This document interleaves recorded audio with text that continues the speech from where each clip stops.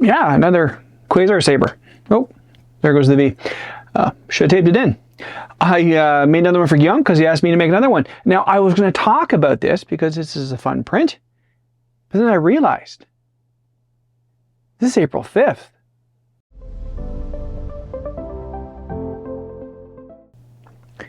Greetings, Dave here, DCP Effects. Better do this right. That's better. If I'm going to talk about First Contact Day, I should wear my First Contact uniform. So, at this point, we've got 40 years to go. April 5th, 2063 is the day the Vulcans, well, the day Zefram Cochrane goes out in his warp ship, the Phoenix, and the Vulcans see the warp signature and they come and see who on this planet made a warp drive. Awesome. It's such a great day.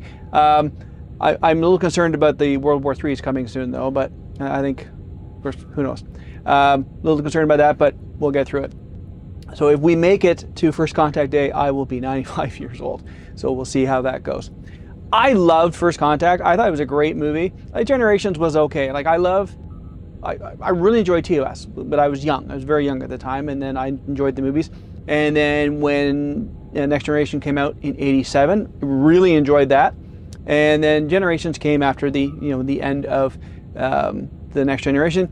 It was okay. It was okay. And then First Contact, and I was just blown away. First Contact. And another thing that I really loved about it too is they had an actor I really enjoyed, Neil McDonough, playing Lieutenant Hawk, who, he was great in the movie until, I always liked him in White Dwarf. I thought he was a really great character in White Dwarf, and I just I was drawn to him. Anyway, I loved First Contact. I watched First Contact so much.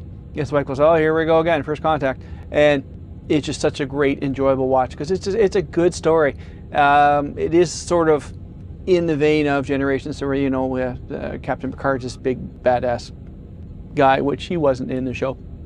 He was okay in the show, but he wasn't this, these big long arcs.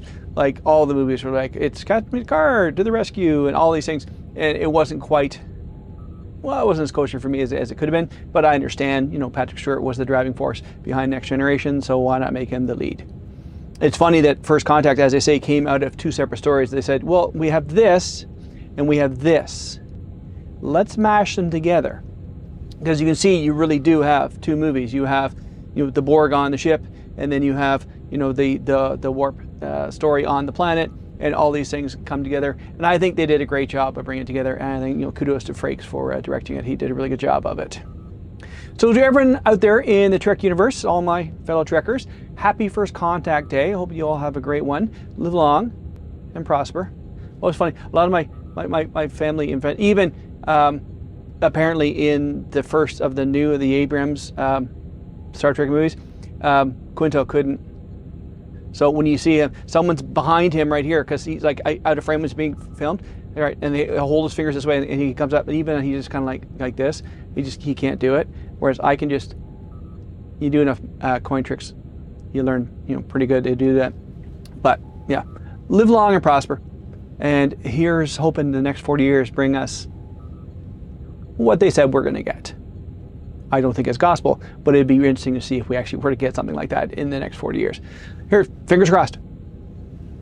So thanks for stopping by. Thanks for checking out my video. Hope everyone has a great day. We'll talk to you all later.